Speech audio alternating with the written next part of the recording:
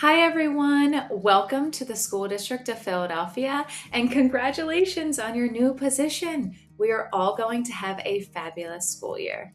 On behalf of the Educational Technology Department, I would like to show you a few important things about the smart boards that will be in your classroom.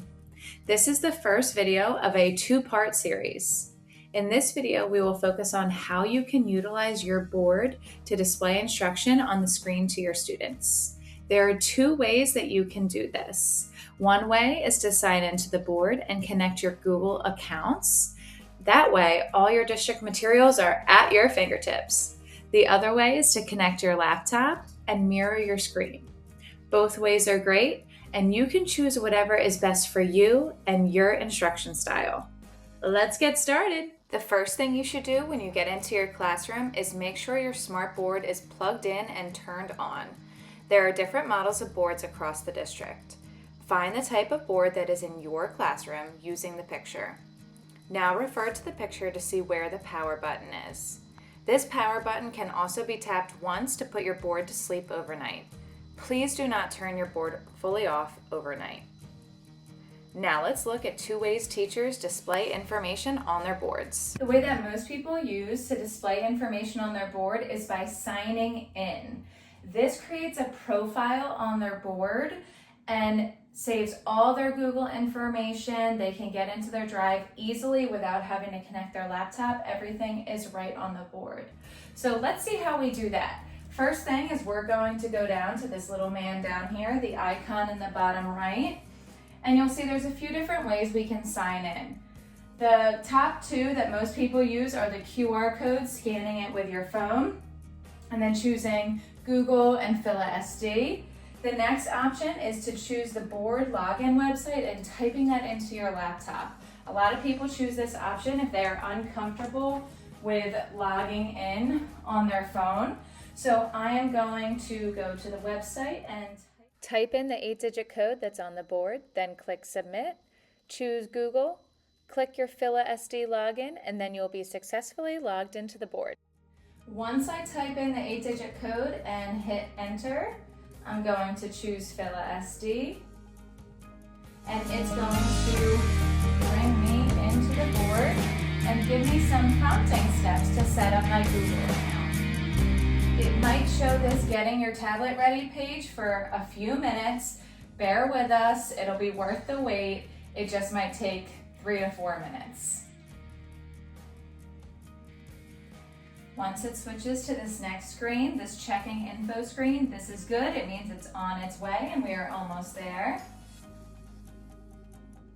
Okay, now you'll see a Google sign-in page. You're going to type in your PhilaSD and make sure you do at philasd.org.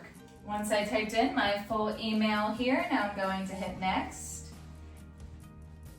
It's going to say hello, and then it's going to say my account is managed. I'm going to touch accept. Next is our Philadelphia SSO. So I'm going to sign in here with my username and password. I do not need the at PhilaSD for this one. Okay, I typed in my credentials and now I'm hitting login. You will be prompted to do multi-factor authentication. This helps keep all our district information safe. There are multiple choices that you can choose from, and you can decide which option is best for you. Once I accepted the dual push, now I have this next screen. It's Google Services. It is asking me to approve all these different things. We can approve everything and then hit accept. Now we have to set a PIN. This PIN is when the board locks up. It's just like on your phone, your 4-digit PIN to unlock your profile.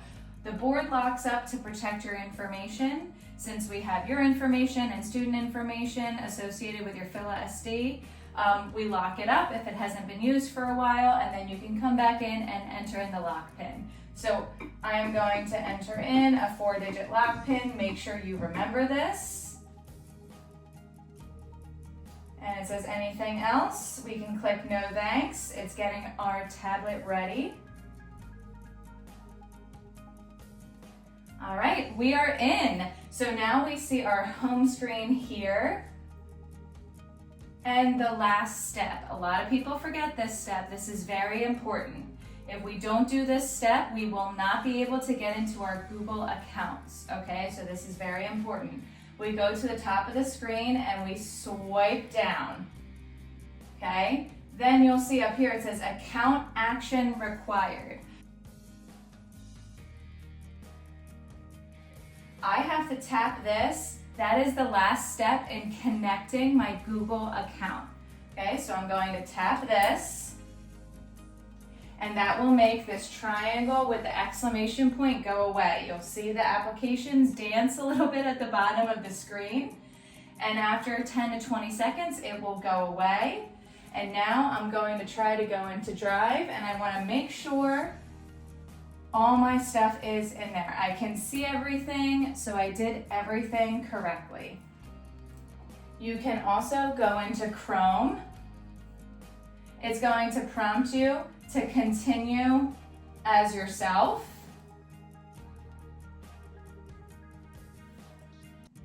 That way this will sync your passwords from your laptop. So all of that, when you go on to fill a SD, if your password is saved on your laptop, it now will be saved on your board only while you are logged in.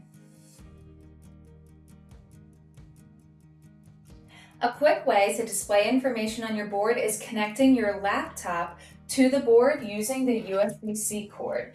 This cord comes attached to the back of every board. It is audio and visual and touch, so it's all three. It's a very special cord. We are going to plug this into the USB-C port in our laptops, and then you will see that a little message pops up to switch. You can click that maybe if you're talking to students in your class and that message goes away in that time period. Do not fret. There is also an input button here that is a rectangle with an arrow that we can click. And then it comes up with all the inputs available. There should be the USB-C that is highlighted green with a circle. We're going to click that. Now it displays everything on my laptop.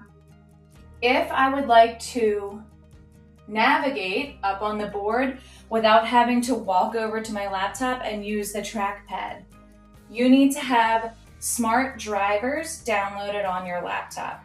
These are important because they help us navigate up on the board, but also they give us the capability to annotate on top of our laptop screen up on the board, which is great. So we want to make sure we have those smart drivers downloaded to our laptop. If you're not sure how to do that, reach out to your EdTech coach. Now let's talk about some basic safety and care tips for our smartboard. First things first, and probably the most important, is do not have anything below your smartboard. We want to make sure if our board moves up and down, we have nothing inhibiting it underneath it, so it will mess up the stand. Very, very important, nothing underneath your smartboard. Second, it is important to clean your smartboard every once in a while, maybe once a month. We have eye cloths that you can use, and you can open them up, turn off your board. Each board has a rocker switch. Some are underneath the pens, some are on the left side, some are on the right back side of your board. If you would like to know where your rocker switch is for your model of board, you can go to our smart website to check it out. You're going to take the eye cloth, turn off your board, and wipe down your board. That way there's no sticky finger marks or anything like that. Please don't use a Clorox wipe, and please do not spray water on your board. Eye cloths are the best option. Thank you for watching. Hopefully you feel more comfortable with how to display your instruction on your smartboard. If you have any other questions, please reach out to your EdTech coach. We are always happy to help. Now you can go on to video 2, where we learn how to customize the home screen of your board exactly the way you would like it. Have a great school year!